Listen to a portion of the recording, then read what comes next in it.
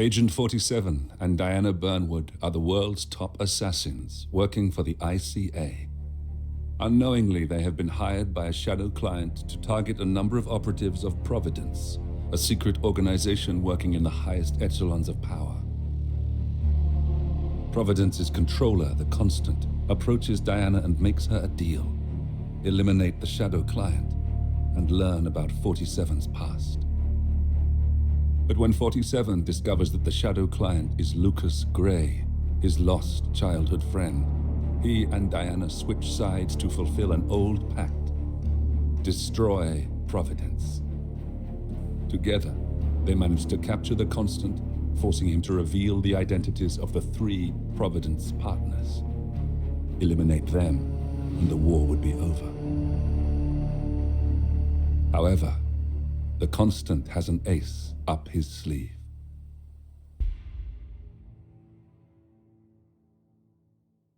Look closer. In the shadows. Behind the everyday world. Beyond the headlines and the seats of power. A hidden hand.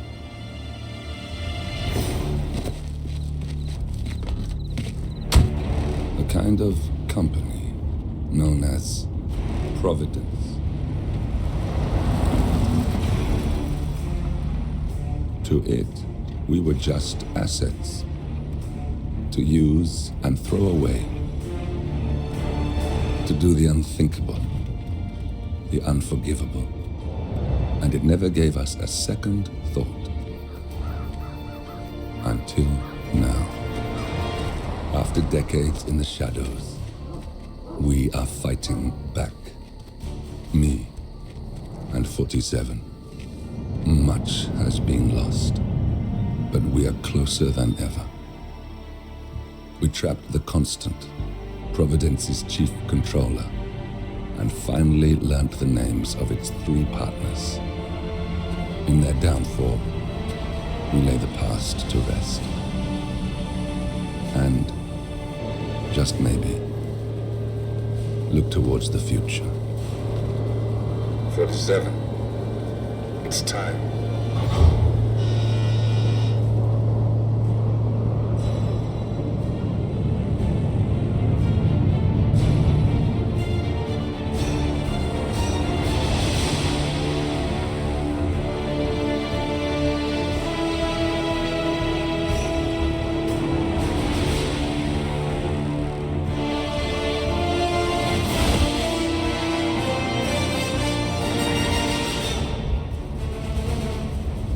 Partners are down there. You know, I never planned this far ahead. You never do. I see someone got his memory back. Wait, is that a beacon? Oh!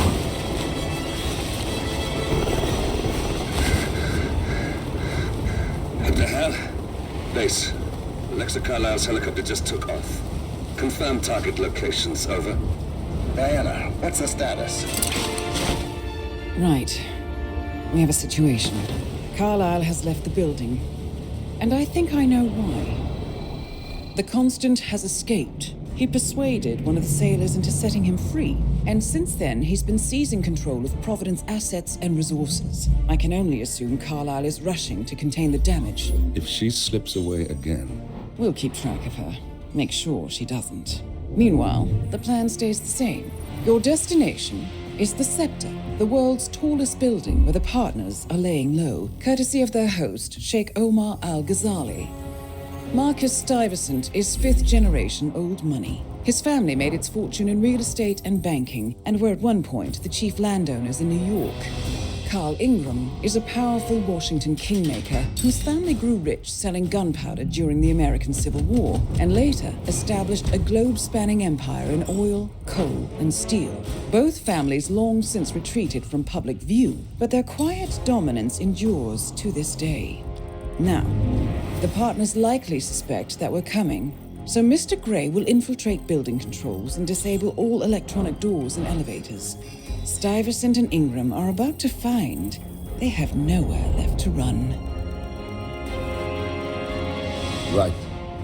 This is our moment, 47. Providence ruined our lives with the flick of a pen. Today, we return the favor.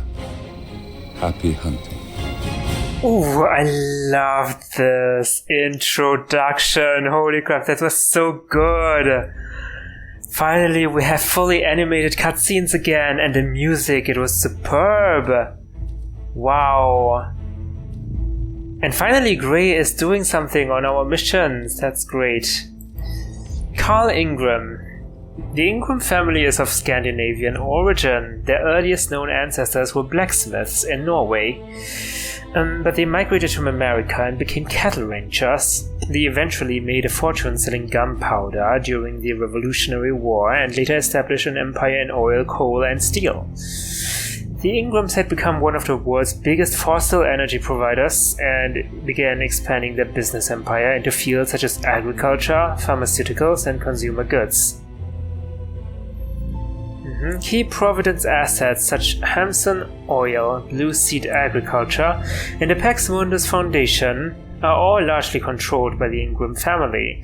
However, it is their political clout, a benefit of controlling the vital oil and coal markets, that makes them truly powerful. They are responsible for most of the Providence operatives' position in the governments and state institutions, including senators, cabinet secretaries, generals, and even high-ranking papal advisor. They have a close relationship to Middle Eastern and Latin American power players such as the Ghazali family and the Merino drug cartel. Carl Ingram is the current head of family and the second most senior Providence partner. He is brash, direct, and a cowboy at heart. Despite their immense wealth and privilege, the family has always cultivated a Protestant work ethic, and Carl feels most at home at his Kansas ranch or touring his oil fields.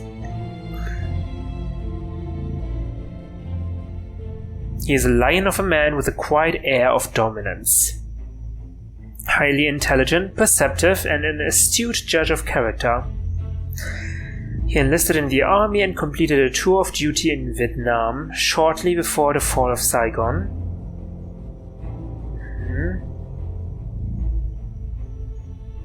Carl studied military intelligence and became a foreign policy advisor to the White House. Inherited control of the Ingram estate from his father. He has both the political savvy and the corporate muscle to set himself up as a behind-the-scenes kingmaker whose endorsement is guaranteed to make or break campaigns and careers. He remains virtually unknown to the general public, always preferring the subtle backroom machinations over the spectacle and limelight. He comes across as libertarian, but in truth his pragmatism transcends political boxes. He views himself and Providence as the vanguard of global stability and status quo, and this balancing act requires a highly flexible mind. Spend billions undermining the climate agenda while simultaneously investing heavily in climate change countermeasures. Okay, weird. However, this is all for the good of society. Carl believes that only the steady hand of Providence can lead the world into a more sustainable age without the otherwise inevitable descent into disruption, upheaval, and revolution. Married twice, 2 sons from his first marriage and an adopted son from his second. None of his heirs know about Providence yet. He leans towards appointing his adopted son as his successor. Unsentimental and a staunch meritocrat, Carl takes his power very seriously but is unapologetic about it. Thinks he is the only one who has a right and duty to rule, and that to the best and brightest power and leadership is no privilege, it is an obligation. Like his associate Marcus Stuyvesant, Carl's pride has blinded him to the threat of Arthur Edwards, and now it may be too late to pass on the torch. Wait, who is Arthur Edwards? No idea. Marcus Stuyvesant? is of Dutch-German origin. Their earliest known ancestors were violin builders in Rotterdam. Moving to Bavaria when they became successful merchants, they eventually settled in New York and established an empire in real estate and banking. At one point, they owned 15% of all property on Manhattan. Cultivated an image as patrons of the arts and sciences, donating museum and university wings all over New England. They were counted among the 5 richest families in the world, and like most powerful clans in the age of rogue capitalism that followed the Industrial Revolution, they were essentially robber barons.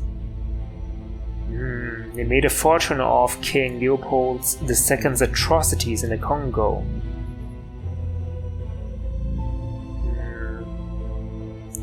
Maintained lucrative trade deals with despots throughout the 20th century.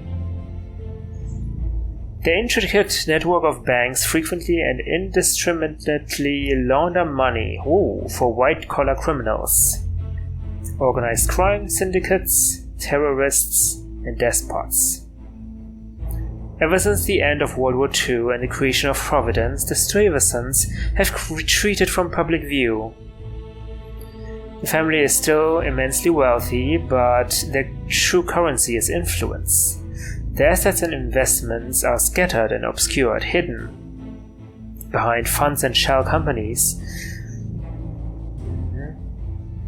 Important Providence assets such as Milton Fitzpatrick Investment Bank, Danziger Limited Insurance, Morgan, Yates & Cohn Law Firm, and Monumental Pictures are old Stuyvesant property in which they still own a controlling share. Marcus is the current head of the family, is the youngest of the Providence partners. He is divorced from Penelope Huxley Stuyvesant, with whom he has a single daughter, Cornelia, who runs the Stuyvesant Art Foundation. Strong proponent of order, diligence, and pertinence, he tends to come across as officious and high-strung. An introvert and dyslexic, he dragged himself through college on the wings of his family names and generous campus contributions, landed a job at the law firm Morgan, Yates & Cohn. Although his grades were not good, diligent and determined, he was on partner track when Eckhart died abruptly of a stroke, and Marcus was approached for the first time by Arthur Edwards, the second constant. Arthur is the second constant, who revealed the Stuyvesant family's true legacy.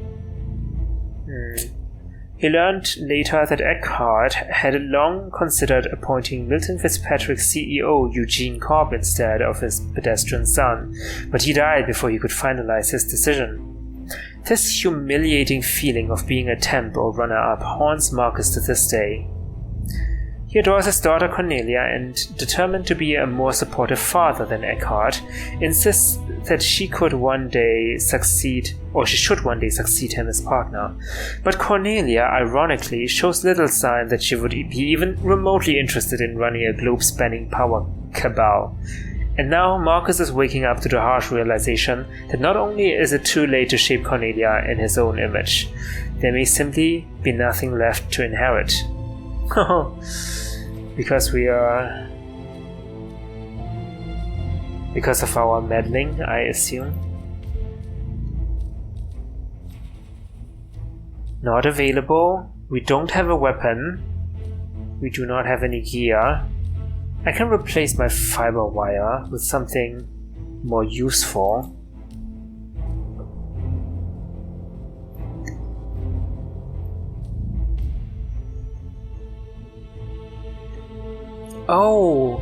A ringtone that can be remotely activated. Anyone answering the call would trigger a bright flash, blinding anyone nearby. Okay, so this is more like a distraction than anything.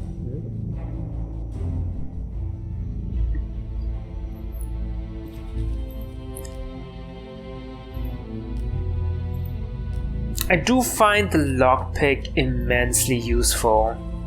It's almost game-breaking. Or do I want coins? Why does it say already in use? I don't know.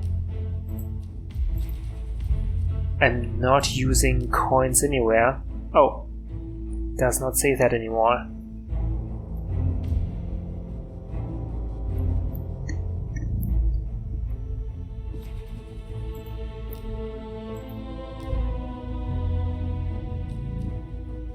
Okay.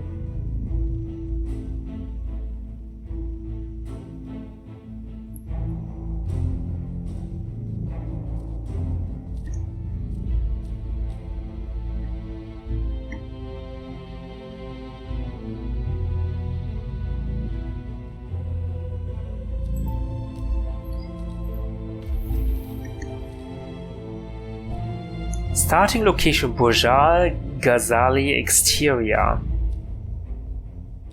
Interesting. This is the scepter. Okay, let's start. Welcome to Dubai, 47. Today is the inauguration of the scepter, and the ceremony is well underway. You will find Marcus Stuyvesant near the building's signature art installation. While a paranoid Carl Ingram has ensconced himself in his penthouse suite, security on highest alert. Mr. Gray is already in position and ready to assist. Good luck, 47. Nice, Gray. Let's work together on this one. Holy crap. 47. Come in. 47, do you copy? Yes. I'm here. Are you in position? I'm heading towards the point of entry. Good. Get back to me when you're there. Oh gosh, I love the music and how this looks like. Amazing. Where do I need to go? Oh, drop down. Ooh, wow, that was very dangerous. I cannot fall down, right? Can I fall down? Oops. Didn't meant to do that. I didn't mean to do that.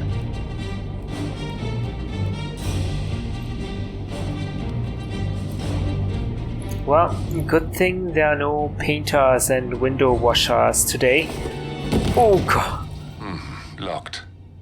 47, use your camera and scan the lock, will you? My camera? I think I can override the Windows controls from here. My camera? Are you serious? Oh. I can finally use my camera for something?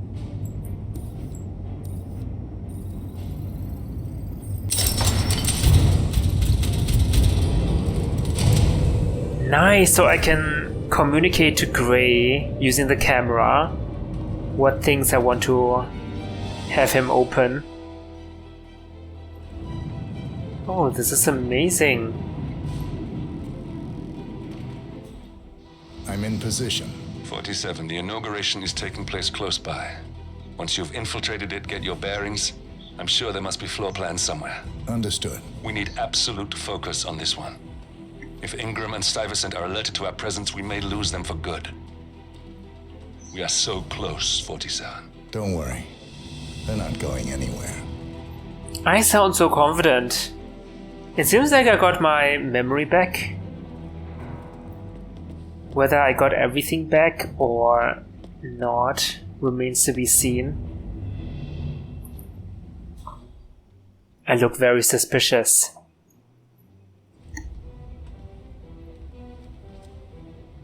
Enter?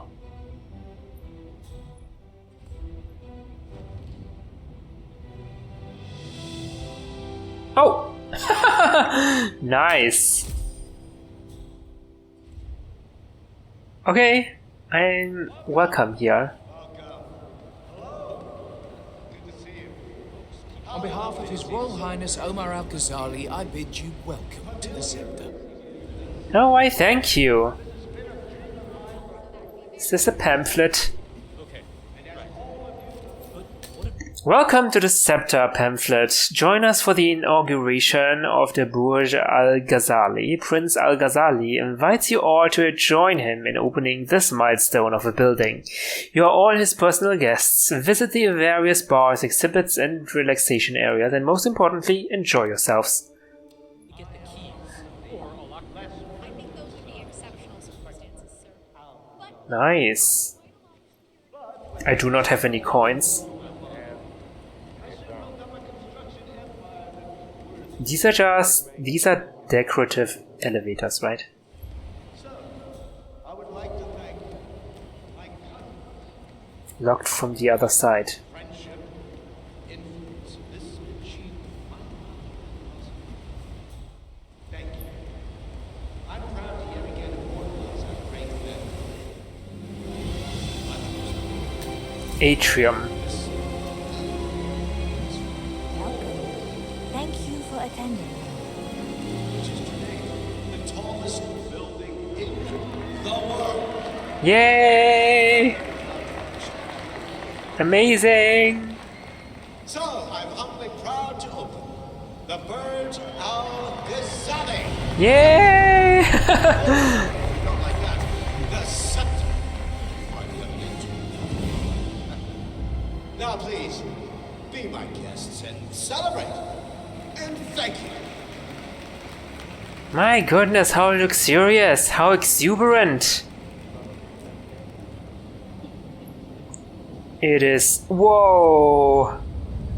Truly, we are in Dubai. Holy moly! I would imagine, like, people with fear of heights are not gonna have a good time today in this building. Can we look outside? Oh, I cannot go in there, probably. People will get mad. Oh, let's enjoy the view. Vault? beautiful weather for a tower christening. Maybe I'm so sorry, ma'am. I'm just It's very foggy. glad that you're having a nice time.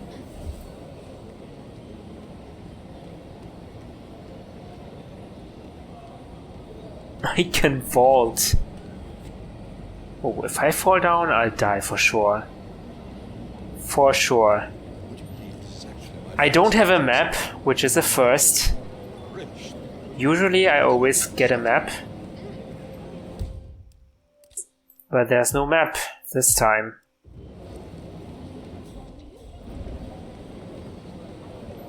We really should mingle.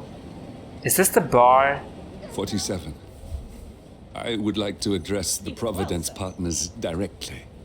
What? I want them to know why this is happening. No! And I have an idea, but it requires you finding a map terminal. Oh, congratulations. Oh, A what? you are Sorry. Well, let's A do what? lunch. I didn't pay attention. Assistant to call yours. I know a great little You want me to find a what?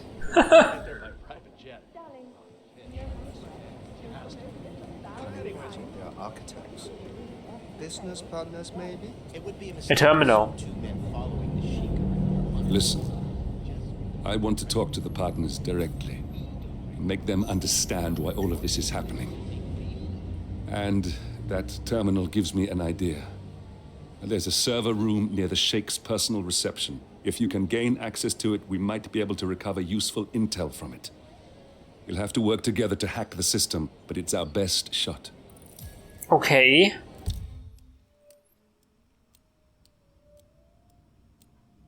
But hopefully we will not be alerting them.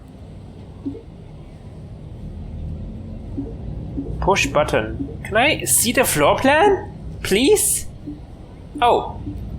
Ah, I see. It looks like the staff area could provide you with a viable route to the server room.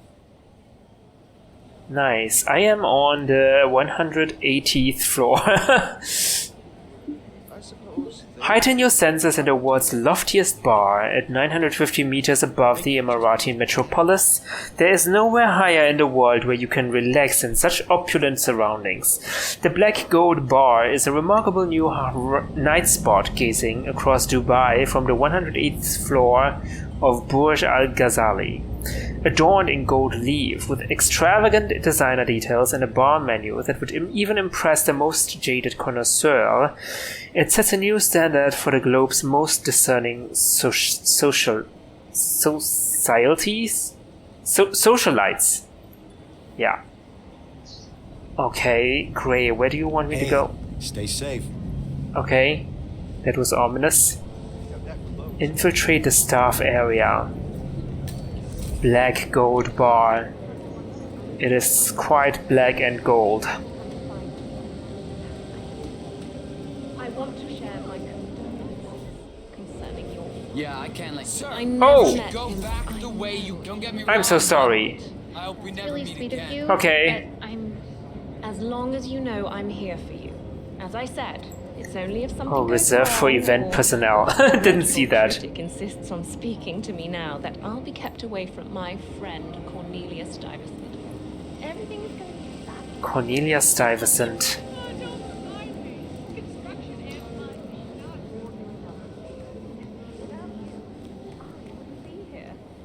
Not to sound arrogant, you have such a good eye for talent. Look, Lucy, I'm sorry, but you have to leave.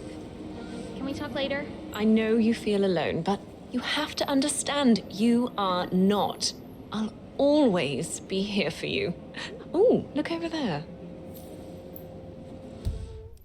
Lucy Phillips seems to be slow on the uptake. Cornelia Stuyvesant is desperately trying to make her leave quietly, but she is not taking the hint.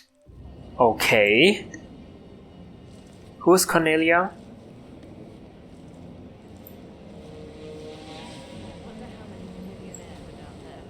Oh, I'm going to make a killing after this exhibition. Doesn't seem like I can do anything here. Any news on the new guard assigned to codename Pinky? I got word that he entered the building, but he hasn't reported for duty yet. Probably still down at the depot, getting his uniform.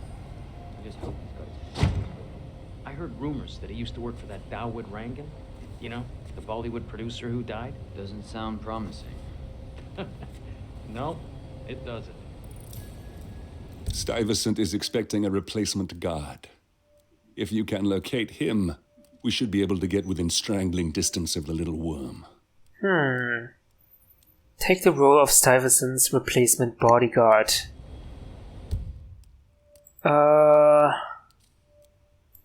What does this say? Confrontation. Maybe let's do this at the very end. So we should do this one maybe first.